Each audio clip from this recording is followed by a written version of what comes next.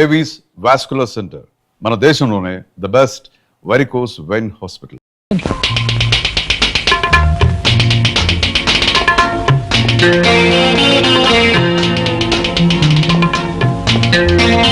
Hello madam. Hello. Hi miss. చాలా పట్టుదలతో practicals చేస్తున్నారు. పాస్ అయిపోవాలని కాక నీలాగా ప్రతి పనిలోనూ ఫెయిల్ అవడం ఫూల్ అవడం నాకు అలవాట్లేదు. బై ద వే, నిన్న బాటనీ పేపర్ బాగా రాశారా? బ్రహ్మాండంగా రాశాను. 75కు 75 వస్తాయి. గుడ్. అన్నట్టు స్వపరాగ సంపర్కం గురించి బాగా రాశారా? ఉదాహరణలతో సహా డీటెయిల్డ్ గా రాశాను. మరక్కడే పప్పులో కాలేశారు. మిగతా వాళ్ళందరూ పరపరాగ సంపర్కం గురించి రాస్తే మీరు రెచ్చిపోయి స్వపరాగ సంపర్కం గురించి అందులోనూ ఉదాహరణతో సహా పేజీలు రాసేశారు. గుడ్. అందుకు మీ పేపర్ తిద్దే ఆ పెద్ద మనిషి మీకు పెద్ద కోడిగుట్టు ఐ మీన్ 0 ఇవ్వబోతున్నాడు. అదేమిటి? నాకు ఇచ్చిన క్వశ్చన్ పేపర్ కి నేను కరెక్ట్ గానే మీరు కరెక్ట్ గానే జవాబిచ్చారు మేడం. కాకపోతే ఆ ప్రశ్నాపత్రమే కరెక్ట్ కాదు. కారణం అది మీకోసం ప్రత్యేకంగా నేను ప్రింట్ చేయించి. నువ్వు చెప్పేది నిజమా? అంతేకాదు, ఇప్పుడు మీరు శక్తి వంచన లేకుండా చేస్తున్న ఈ ప్రాక్టికల్స్ లో కూడా మీకు వచ్చే మార్కులు 25కు 0. కారణం అది యాసిడ్ కాదు, స్వచ్ఛమైన మంచినీరు. అది కూడా మన ప్రతిభే. ఇవి నీళ్లు కావు, యాసిడ్. మై గాడ్, నా కళ్ళు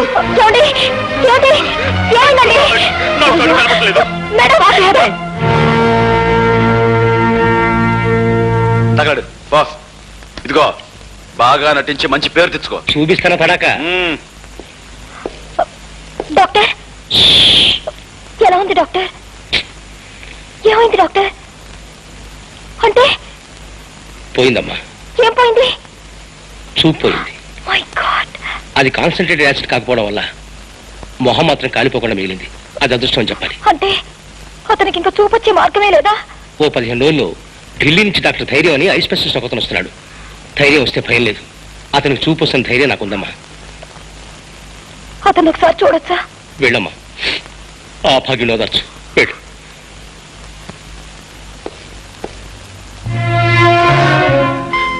ఎవరు? ఓ, డాక్టర్ గారా?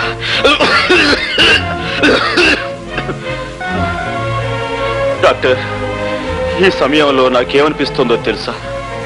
నా కంటి ముందున్న ఈ నల్లటి కాటుకు లాంటి చీకట్లో ఒకదానికొకటి తేడా తెలియక తాడుకి పావుకి, పావుకి తాడుకి, లంగాకి లుంగీకి, లుంగీకి లంగాకి, పెసరట్టుకు దోశకు, దోశకు పెసరట్టుకు, చీకటికి వెలుక్కి, వెలుక్కు చీకటికి తేడా తెలియక నా బ్రతుకంతా అతుకుల బతుకై, గతుకులు అతుకై. డాక్టర్, మీరు వెక్కెక్కి ఏడుస్తున్నారు. ఇదేం డాక్టర్, ఉందా లేదా అన్నట్లుగా ఉందేమిటి మీ నడు? నేను రేఖని, నన్ను మన్నించండి. ఇందులో మీ తప్పే ఉందండి. ఆ భగవంతుడు నన్ను చీకట్లో బ్రతకమని నోట్బుక్ లో రాసినట్టుగా నా నుదుటి మీద రాశాడు. విధి బలీయమైంది. ఎవరేం చేయగలరు? ఏది ఏమైనా నీ చూపు పోవడానికి కారణం నేను. నాకు ఏ శిక్ష విధించినా తప్పు లేదు. రేఖ, అలా అనకండి. చూపు పోయినందుకు నేనేమీ బాధపడటం లేదు. కాకపోతే చూడలేని నన్ను నా కన్న వాళ్ళు చూడటం జరిగితే వాళ్ళు గుండె పగిలి చస్తారు. అలా జరిగినాడు నేను గుండె పగిలి చస్తాను. ఈ గుండె పగిలే కార్యక్రమాలు తలుచుకుంటూ ఉంటే ఇప్పుడే నా గుండె. చూడండి, ఒక 15 రోజుల్లో ఐ స్పెషలిస్ట్ వస్తున్నారట. ఆయన కళ్ళ ఆపరేషన్ చేసి మీకు తప్పకుండా చూపు తెప్పిస్తారు. అంతవరకు నేను ఇంటికి వెళ్ళలేను. ఈ హాస్పిటల్ వాతావరణంలోనూ ఉండలేను. ఇప్పుడు నేను ఎలా? ఇక్కడ నా స్నేహితురాలు ఇల్లు ఒకటి ఉంది. ఆమె ప్రస్తుతం ఊళ్ళో లేదు, అక్కడ ఉందరు గాని. కానీ రేఖ, ఈ కళ్ళు లేని కబోది ఒంటరిగా ఆ ఇంట్లో ఎలా ఉండగలడు? ఎలా బ్రతకగలడు? ఎలా జీవించగలడు? గోపి గారు, జరిగిన తప్పుకు కారకురాల్ని నేను. కనుక మీకు చూపొచ్చే వరకు మీకు తోడుగా ఉండి మిమ్మల్ని భద్రంగా నేను చూసుకుంటాను. రేఖ, నువ్వు ఐఎమ్ సారీ రేఖ. నీ చేతులు అనుకుని అక్కడ చెయ్యి వేశాను. తీరా వేసాక తెలిసింది నేను ఎక్కడ వేశాను. తప్పుగా అనుకోవు కదా? అనుకోండి. రేఖ, నువ్వు నిజంగా దేవతవి. రండి వెళదాం.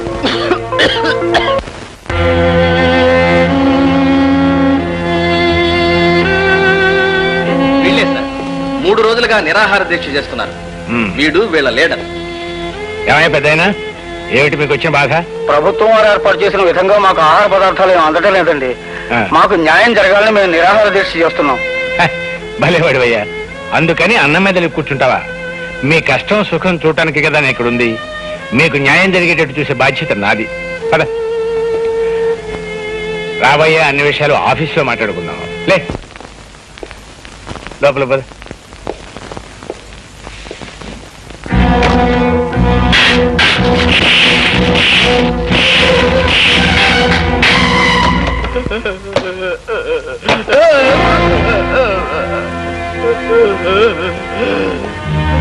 మీరు మనుషుల పశువుల? ఏమిటది? రక్తం వచ్చేలా కొడతారా? అనవసరంగా అభండాలు వేయకు. అతను లోపల తీసుకువెళ్ళాం. శాంతంగా జరిగింది ఏమిటి అని ప్రశ్నిస్తున్నాను. భయపడిపోయాడు, నోటి వెంట రక్తం వచ్చింది. ఈ విషయం ఇప్పుడే ప్రభుత్వానికి రిపోర్ట్ చేస్తాను. నీకు సాక్ష్యాలు ఆధారాలు ఏమైనా ఉన్నాయా? ఏమయ్యా, ఇతను మనం ఏమైనా చేశామా? ఆఫీసర్, ప్రతి సత్యానికి సాక్ష్యం ఉండదు.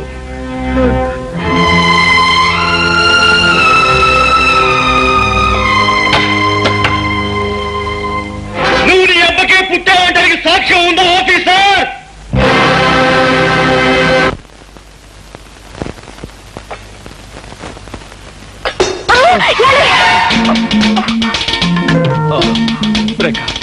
సమయానికి నువ్వు వచ్చి పట్టుకున్నావు కాబట్టి సరిపోయింది.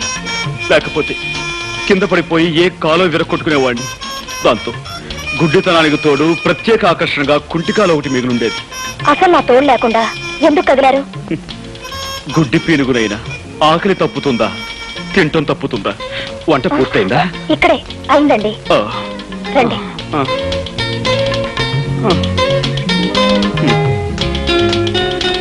అయ్యో గుడ్డి వధవని మళ్ళీ కిందతో పడేశాను.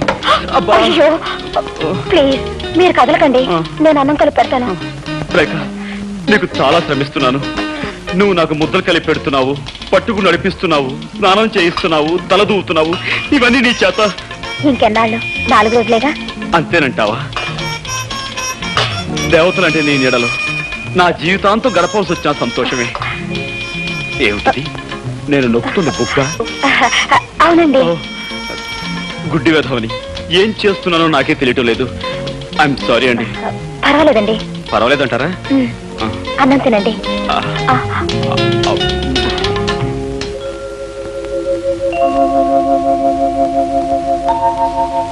ఏమండి? ఏమిటి? మీరు అక్కడే కదలకుండా కూర్చోండి, నేను ఇప్పుడే స్నానం చేసి వస్తాను. అలాగే రేఖ.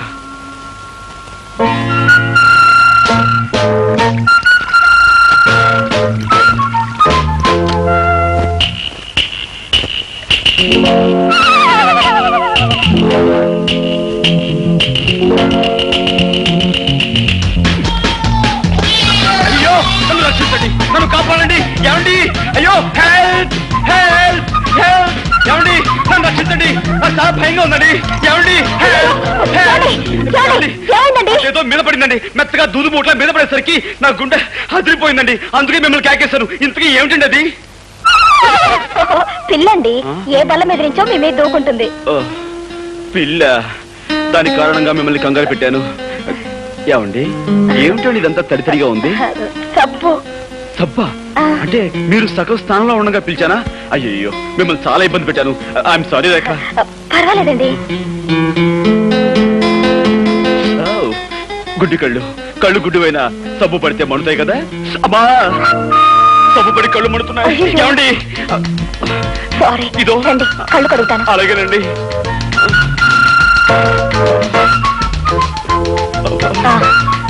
ఇటు తిరగండి.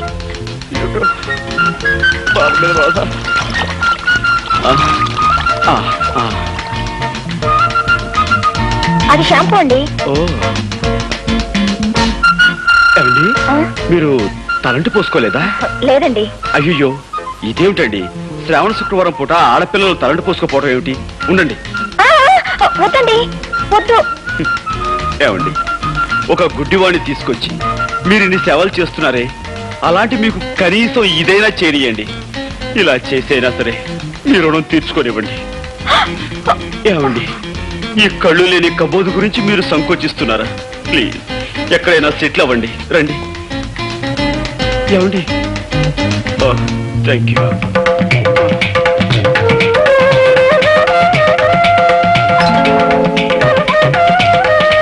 ఏమండి, ఇంతకు ముందెప్పుడు అమ్మాయిలకు తలంటు స్నానం చేయించలేదు. కరెక్ట్ ప్లేస్ లోనే చేస్తున్నాను కదా. ఏమండి, మీరు చారల టవల్ కట్టుకున్నట్టున్నారే, అదే ఆకుపచ్చ, పసుపచ్చ, తెల్ల చారలది. ఇదేమిటండి పిన్నిస్లా ఉంది? బుజ్జిముండా, పందెం కాసి నన్ను 3 సార్లు వెర్రి వ్యధం చేస్తావా? ఏ తండ్రి కూతురుతో చెప్పుకోలేని నా ఛాలెంజ్ ఏమిటో తెలుసా? నీకు ఈ విధంగా తలంటు స్నానం చేయించడం. అంటే మీకు అంత కనిపిస్తుందా? ఆహా, ఇన్నాళ్ళు అన్ని 3D ఎఫెక్ట్ లో చూస్తూనే ఉన్నాను. Don't get excited.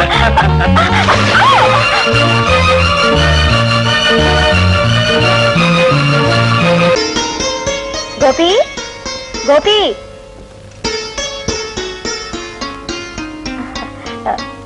గోపి గారు లేరండి? లేడమ్మా. నువ్వెవరు? నేనా? నేను అతని స్నేహితుడు. చిచి, అతను నాకు స్నేహితురాలు. చిచి కాదండి, అతను నాకు పరిచయస్తుడు. ఆయన మీకు అమ్మగారు కదండి? వాడు నాకు అమ్మ కదమ్మా, నేనే వాడికి అమ్మ. నా ఉద్దేశం కూడా అదే. నమస్కారం అండి, కూర్చోండి. మీకోసమే ఇవి తెచ్చానండి, కూర్చోండి. సంతోషం అమ్మా. ఇంతకీ ఆయన ఎక్కడికి వెళ్ళారండి? వచ్చే వారం వాడి పెళ్లి కదమ్మా, అందుకని కొత్త బట్టలు కొనుక్కుని ప్రెస్ నుంచి శుభలేఖలు తీసుకొద్దామని వెళ్ళాడు. గోపికి పెళ్ళా? ఏమ్మా అలా అడుగుతున్నావు? అబ్బే ఏం లేదు. నాకు మీ ఇద్దరి విషయం మా వాడు చెప్పాడులేమ్మా.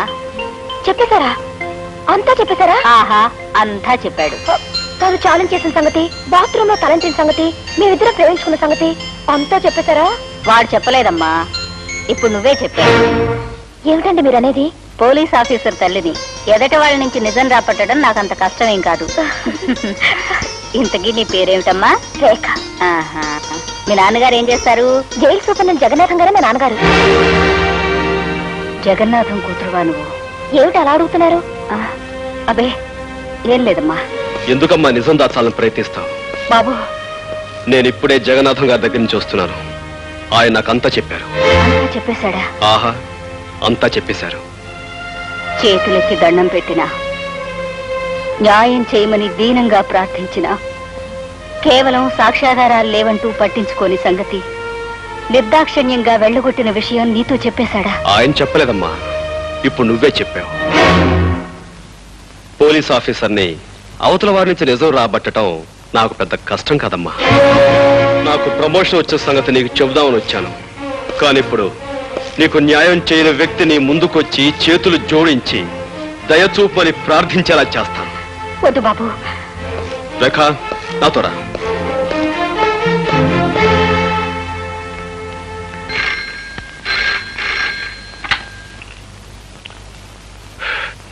Yes Jagannatham here.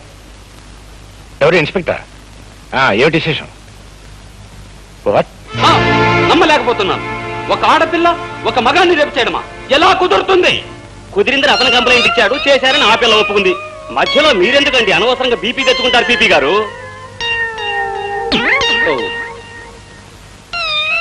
బాబు, ఇవి నక్షత్రాల్లో ఉన్నాయి. డాక్టర్, అవి నా మానాన్ని అతి దారుణంగా దోచుకునే సమయంలో అవి చేతుగోళ్లు నా భుజంలోకి దిగపడ్డాయి. కావాలంటే నా పేకి మీద చూడండి, దంతక్షతాలు కూడా ఉంటాయి. అవును డాక్టర్, పెళ్లి కావలసిన వాడిని, ఆస్కలిత బ్రహ్మచారిని, నీకు తమ్ముళ్ళంటి వాడిని నా మానాన్ని దోచుకోవద్దని ఎంత బ్రతిమిలాడినా, ఎంత ప్రాధేయపడినా అవి నా మాట వినిపించుకోకుండా. ఆడపిల్ల మగవాణ్ణి రేపు చేయడం ఏమిటయ్యా? చాలా విచిత్రంగా ఉందే. అదెలా సాధ్యం? ఎలాగంటే ఆ సృష్టికార్యం జరగడానికి నువ్వు సంసిద్ధుడు అయ్యావు అంటే నీకు స్పందించే ఉండాలి మనస్సు. నువ్వు సంసిద్ధుడు కాకపోతే ఆ సృష్టికార్యం జరగదనే చెప్పాలి. నువ్వు సంసిద్ధుడు అయ్యి ఆ కార్యం జరిగిందంటే అది బలాత్కారం కింద రాదే. లాయర్ గారు, అరిటాకులు అంటే నా జీవితాన్ని ముళ్ళు లాంటి ఆడపిల్ల ముక్కలు చెక్కలు చేసిన తర్వాత కూడా మీరు ఇలా మాట్లాడడం చాలా అన్యాయం. ఇన్స్పెక్టర్, మీరు ఫోన్లో చెప్పిన నిజమేనా? అవును సార్, పట్టపగలు పార్కులో మీ అమ్మాయి గారు ఆయన్ని మానభంగం చేశారండి. What rubbish talking? అయ్యా, ఈయన భుజాల మీదున్న నక్షతాలతోనూ ఈయన పీక మీదున్న దంతక్షతాలతోనూ మీ అమ్మాయి గోళ్ళు పళ్ళు పరికించి చూడగా Stop it! ఎంత ట్యాలీ అయితే మాత్రం అమ్మాయి అబ్బాయిని రేపు చేయటం సార్, పీకే నాలాంటి పెళ్లికి ఎదిగిన కొడుకుండి వాడు అతి దారుణంగా బలాత్కరించబడి ఉంటే అప్పుడు మీకు తెలిసొచ్చేదండి. పెళ్లి కాని పవిత్రమైన అస్కలిత బ్రహ్మచారిని ఇలా పాడైపోతే తలెత్తుకుని ఎలా తిరిగేది, సమాజంలో ఎలా బ్రతికేది? కావాలంటే అందుకు ప్రత్యక్ష సాక్షులు ఉన్నారు. అవును బాబు, ఆ పిల్ల అబ్బాయి మీద కురికి చొక్కా లాగేసి ప్యాంటు పీకేస్తూ తుప్పల పక్కకు తోసిపోయిందండి. ఈ అబ్బాయి అరుపులు, ఆ తుప్పలు కదిలిపోవడం మేము కళ్ళలో చూసామండి. ఈ రోజుల్లో మగవాడి మానానికి భద్రత లేకుండా పోయిందండి. ఏమిటమ్మా ఇది? నిజమా? అవును డాడీ. కర్మ, ఎందుకు చేసావు అలాంటి పని? డాడీ, యాపిల్ పండు లాంటి అతన్ని చూడగానే నన్ను నేను నిగ్రహించుకోలేకపోయాను. ఆవేశంలో అలా రెచ్చిపోయాను. జరిగిన దానికి నన్ను మన్నించండి. ఒక కన్నె పిల్లవాడిని దయా దాక్షిణ్యాలు లేకుండా ఆడదన్న అహంకారంతో అతి దారుణంగా మానభంగం చేసిన ఈ నీచురాల్ని వదిలిపెట్టాను.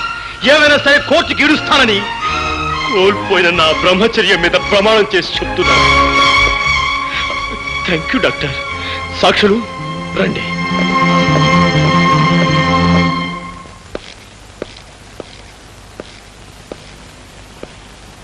గోపి, అరే మీరా?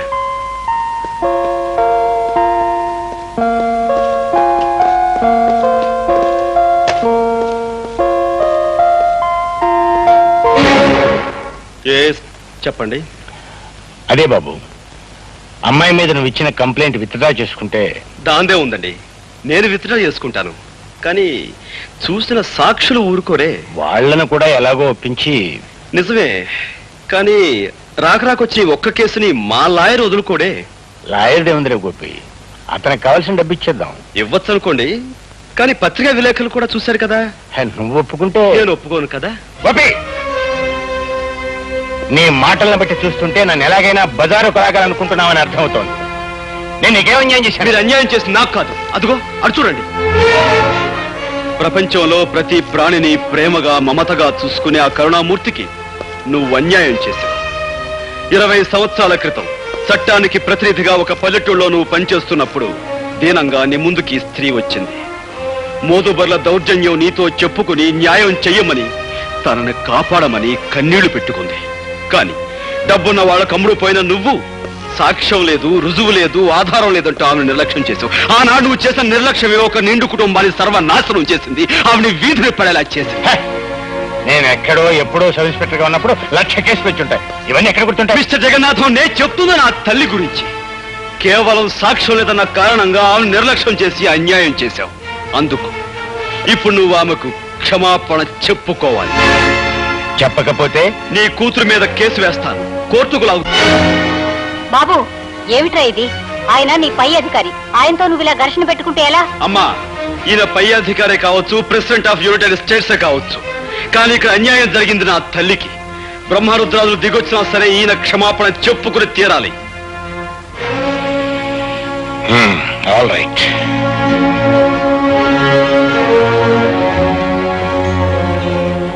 మీకు మీ కుటుంబానికి జరిగిన అన్యాయానికి నన్ను క్షమించమ్మా. సార్,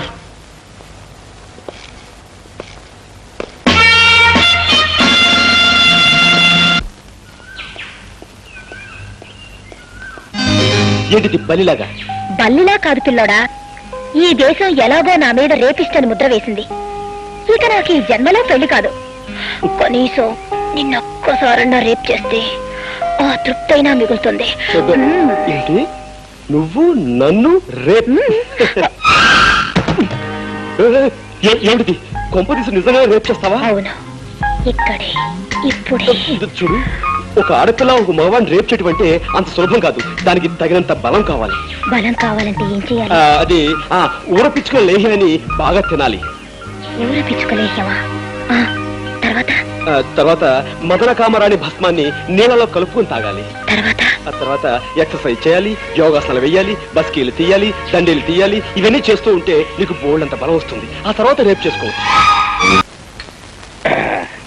ఇదిగో జగన్నాథం, నీకు ఆ సూపరింటెండెంట్ ఉద్యోగం ఇప్పించినందుకు ఇప్పుడు దాకా నువ్వు చేసింది ఏంటయ్యా? కాకి బట్టలు వేసుకుని లాఠీ కరుపుచ్చుకుని దొంగనాయని కొళ్ళు పొడిచెట్టావు, అంతే కదా? అవకాశం అనుకూలించకపోతే నేను మాత్రం ఏం చేయగలను చెప్పండి. నేను మాట చెప్తా, తలకాయలు దగ్గర పెట్టండి. వారింటి తగలయ్యా, మాట చెప్తానని ఆవిడ పేల్చినట్టు మా మొఖం దుంపుతావేటయ్యా, అపచకనం కూడాను. ఇదిగో నా తుమ్మునట్ట తిట్టబాకయ్యా. అదెంత జయప్రదమైంది అంటే పెళ్లిళ్లలో ముందు నా చేత తుమ్మించుకుని ఆ తర్వాతే మంగళసూత్రం కట్టిస్తారు. సర్లే, పల్లెటూరు నుంచి నిన్ను పానిగట్టుకు రప్పించుకుంది ఎలక్షన్ వ్యవహారంలో మాకు సాయంగా ఉంటావని కానీ నీ తుమ్ములు చరిత్ర చెప్పి మా మతి పోగొట్టావని కాదు. ఎందుకు ఏంటంటావు చెప్పు. ఆ భీమరాజు గారిని నువ్వు బయటికి రప్పించలేకపోతే ఎలక్షన్లో నువ్వు చవరం అయిపోతావు. నిన్ను నమ్ముకున్న మేమంతా డెప్పు కొట్టించుకుంటాం. ఆ తర్వాత మనం అడుక్కోవాల్సింది ఓట్లు కాదు, చెప్ప చేత్తో పట్టుకుని చిల్లరా. ఆపోయి అపచక్ర మాటలు పెద్ద చెప్పొచ్చావు కానీ దేవరాజు గారిని బయటికి రప్పించే పథకం నేను అప్పుడే జగన్నాథంతో చెప్పే ఉంచాను. నాకు కూడా చెప్పు. మరి ఇదిగో ఈ మత్తు మందు పుడ్లో కలిపి పెట్టేస్తే ఇది తిన్న జైలు కాపల వాళ్ళంతా తొంగుంటారు. దాంతో దేవరాజు గారిని మనం బయటికి రప్పించేయచ్చు. ఎండన్ గా ఉంది అవిడియా.